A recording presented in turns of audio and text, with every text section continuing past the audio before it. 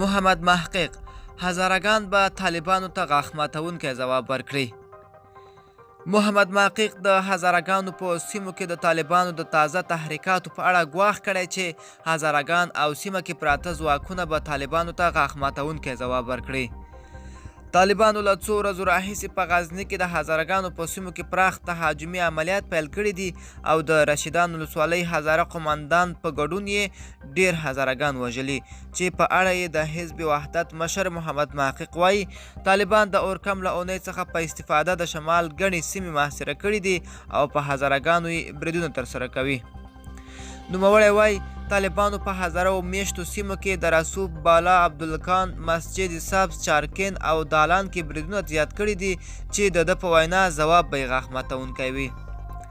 په بلخ، سرپل، سمنګانو کې هزارگانو دفاعي تجهیزات نه لرل خو طالبانو پرې بریدونه کړي دي، خو بیا هم طالبانو غاښ ماتونکی ځواب لیدلی دی. دا په داسې حال کې ده چې د چې مخفي راپورونه وایي طالبانو له کلونو راهیسې له هزارو مشرانو په تیره له محمد محقیق او ایرانیانو سره په توافق د هزارگانو په سیمو د بریدونو نه کولو پر تړون کړی او په دې بدل کې ډیرې پیسې اخیستلې.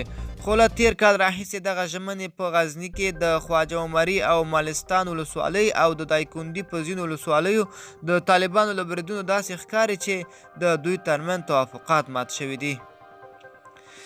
ملګرو، دا زموږ راپور. د لا ښکلو ویډیوګانو لپاره زموږ چینل سبسکرایب. تر بلې ویډیو ښه وخت.